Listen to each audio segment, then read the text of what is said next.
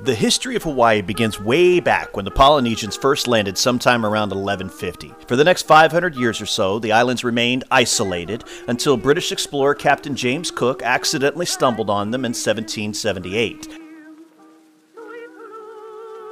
At the time, Hawaii was not one big happy family. It had multiple chieftains spread across all the island. A very enterprising local from Hawaii Island by the name of Kamehameha took advantage of the European arrival to learn everything he could about their weapons and their tactics. Kamehameha took on the various chieftains and by 1810 had emerged as the sole sovereign of a unified Hawaiian islands. Upon his death in 1819, the throne passed to his son, Kamehameha II, who died of measles just 5 years later. Sugar became a major export from Hawaii soon after Cook's arrival.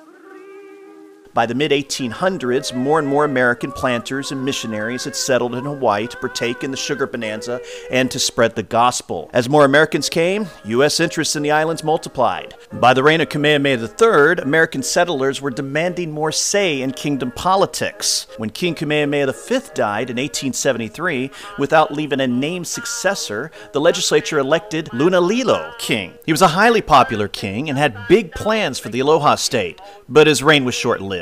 When Lunalilo died in 1874, the legislature chose David Cal Okawa to succeed him.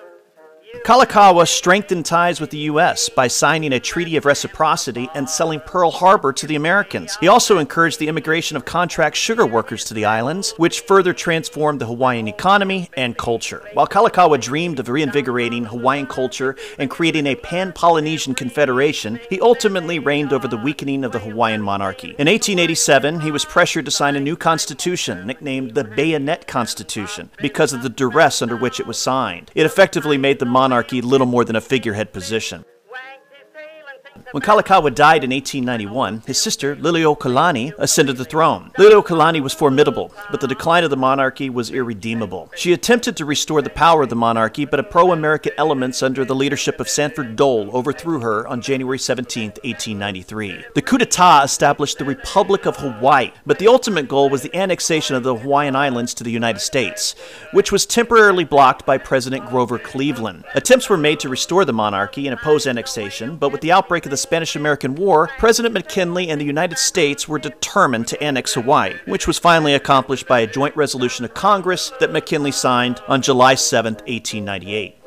Living out the remainder of her life as a private citizen, Leto Kalani died at her residence, Washington Palace in Honolulu, on November 11, 1917. Hawaii would become a territory in 1900 and finally the 50th State of the Union in 1959.